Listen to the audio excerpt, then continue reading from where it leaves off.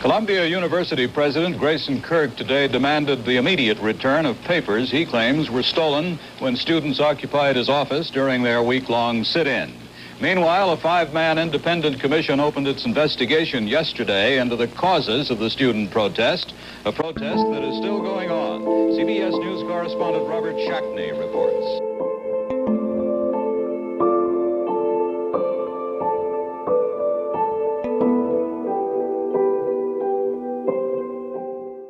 In 1968, the tragic Vietnam War had reached its peak, and civil rights leader Martin Luther King Jr. was assassinated in April. Tension in America was running high. To protest the draft, Columbia University's support of weapons research and the university's racist policies and actions concerning the construction of a gym and treatment of workers, students took to the campus on April 23rd and forcefully took control of multiple buildings for 7 days.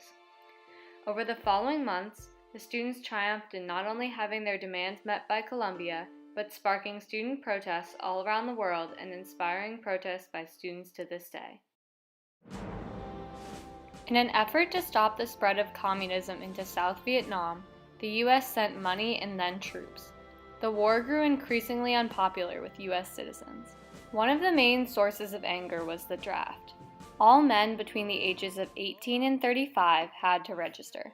College students received deferments, and there were many other methods people used to get them. This included paying doctors to give a fake diagnosis.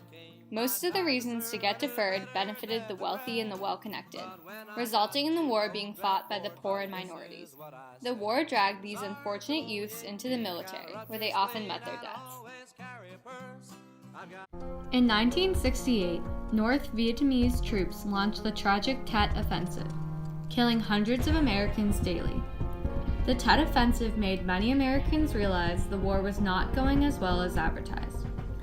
While Americans were dying in the war, President Lyndon B. Johnson announced, "I shall not seek the nomination of my party for another term as your president." Chaos in America continued to escalate, and the number of anti-war protests followed suit. Because we came here to undertake one last mission, to search out and to destroy the last vestige of this barbaric war. While all types of people protested about the many issues in America at the time, there was a huge increase in activism by students. College students played a key role in exposing the anti-war movement to the world. The college students protesting the war were not old enough to vote or have any part in the decisions of the country, yet at just 18, they were considered old enough to risk their lives in Vietnam. At campuses across the country, students used protests as a way to have their voices heard. A popular anti-war group in colleges was Students for a Democratic Society. SDS was formed in 1960. The group protested against a number of things, including the Vietnam War, the draft, and racial inequality. In the late 1960s, students at Columbia University in New York followed the trend of student activism. The SDS and the SAS, Columbia Student Afro Society, staged a series of protests against the war and racism. Reflecting the rest of America, students at Columbia faced problems with racism and the Vietnam War. In 1967, Columbia University was in partnership with the Institute for Defense Analysis, an organization that did weapons research for the government. Many students were unhappy with the university's affiliation as they strongly opposed the war. Additionally, Columbia allowed free recruitment by the Army, CIA, Marines, and other government groups. Students considered these groups to be perpetuating the war. Disruption of military recruiters prompted university president to form a ban on all picketing and demonstrations inside the university. Along with that, many students were mad about the university's insensitivity towards minorities. Columbia had plans to construct a gym in Morningside Park, a park in Harlem. The gym would take away part of the black community's park, and on top of that, it would be segregated. Tension at the university reached its peak following the tragic assassination of American civil rights movement leader Dr. Martin Luther King Jr. During the memorial service, Mark Rudd took the microphone and called out Columbia's racism. Rudd and 40 other students walked out.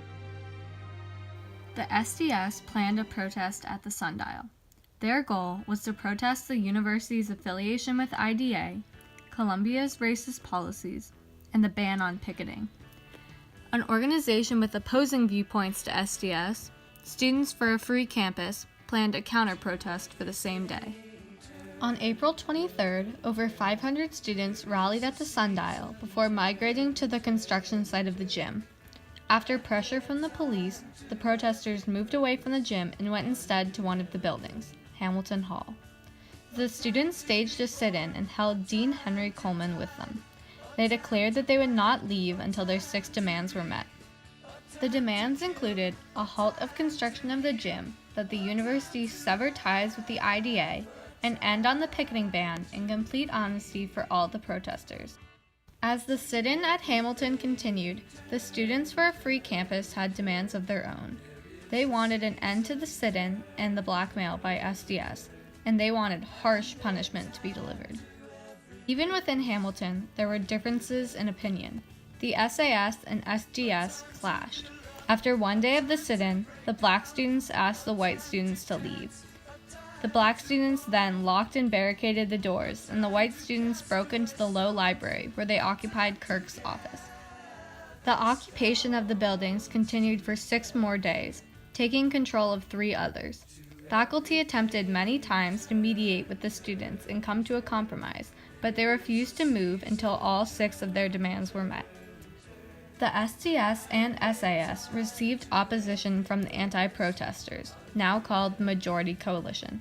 They picketed and even set up a cordon at Low Library to prevent the SDS from receiving food. Thousands of people, including members of the Harlem community and even students from a mostly black high school, marched on Columbia in support of the protesters. They proved that the protesters were in fact the majority, not the Majority Coalition. On April 30th, the police were brought to remove the protesters. The SAS at Hamilton Hall were removed peacefully and walked out. At the other buildings around campus, the police were more forceful.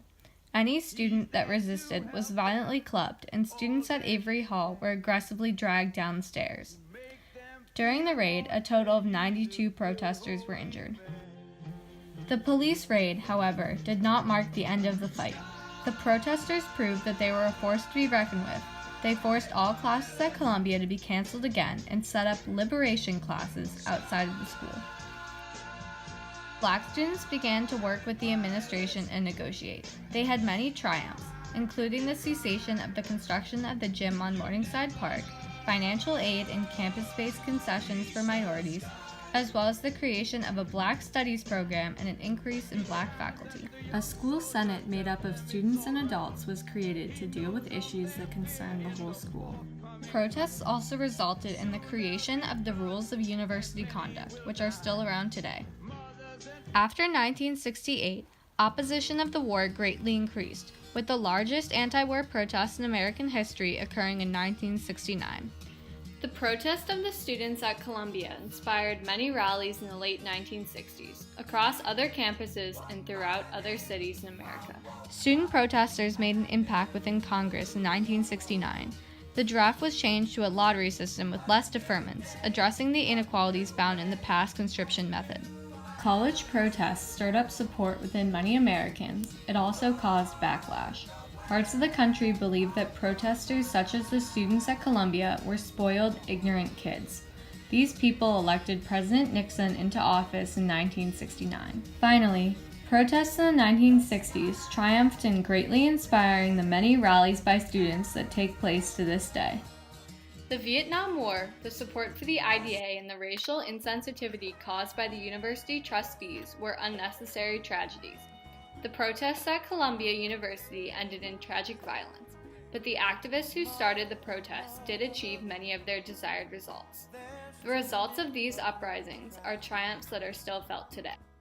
In the 60s and the present, times of tragedy must not be ignored. Action must be taken to create triumphs. In the words of student protester James Coonan, at Columbia, a lot of students simply did not like their school commandeering a park, and they rather disapproved of their school making war.